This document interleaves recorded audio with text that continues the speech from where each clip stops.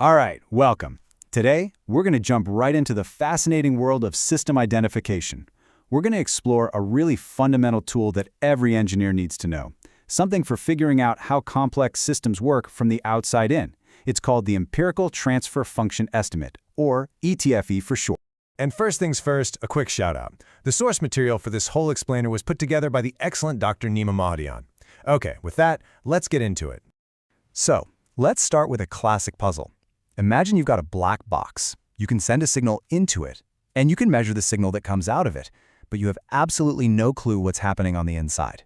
So how do you figure out what makes it tick? That's the core mystery we're trying to solve today. Okay, so here's the problem laid out for us a little more formally. We have an input, we'll call it U of t, that goes into our mystery system, G0. Now the system does its thing and creates an output.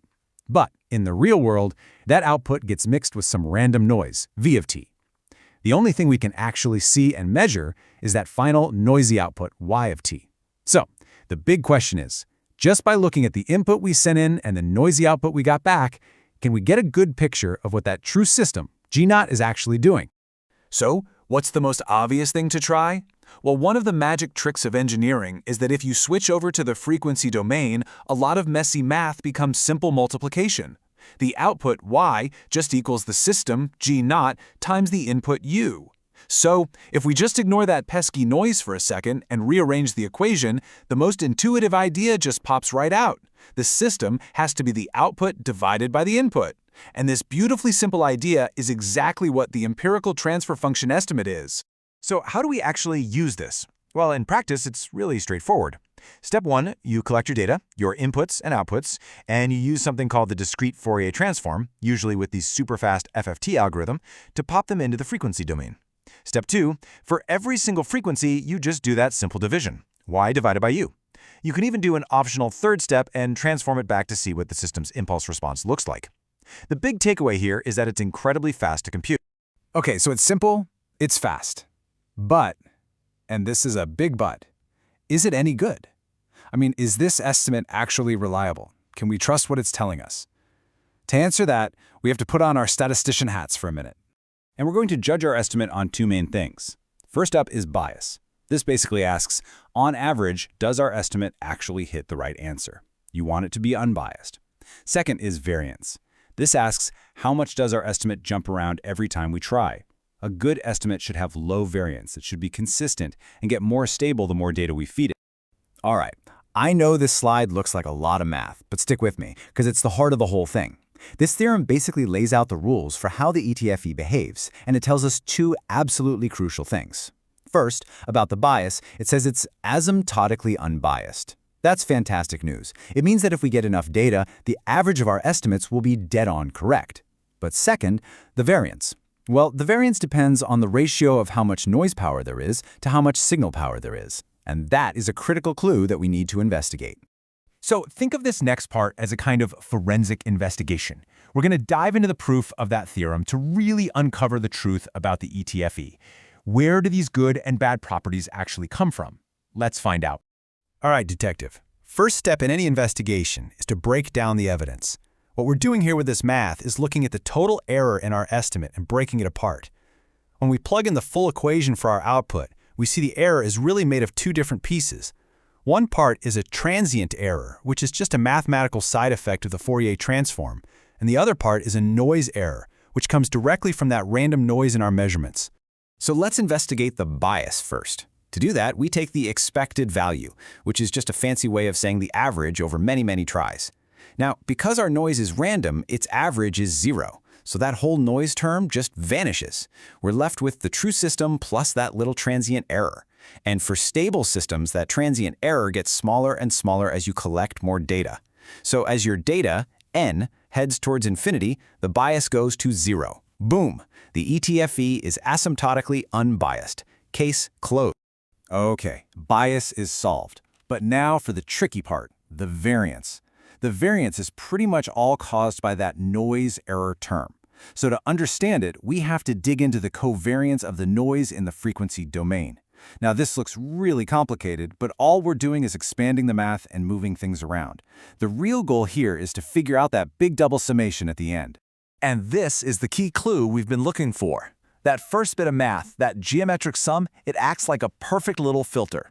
If the frequencies we're comparing are the same, it equals 1. If they're different, it equals 0. Simple as that.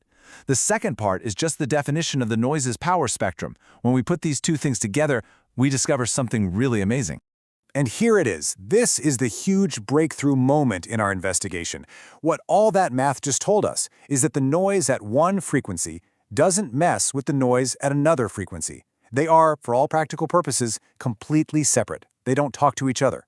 And that simplifies everything. Now that we know the noise components are uncorrelated, the final calculation for the variance becomes surprisingly simple. It basically boils down to the noise power at a given frequency divided by the input signal's power at that same frequency. The variance of our estimate is just the ratio of noise to signal. A beautifully simple result, but as we're about to see, one with devastating consequences. So, we've done the math, we've followed all the clues, and now we've reached the big reveal, the moment where we uncover the ETFE's fatal flaw.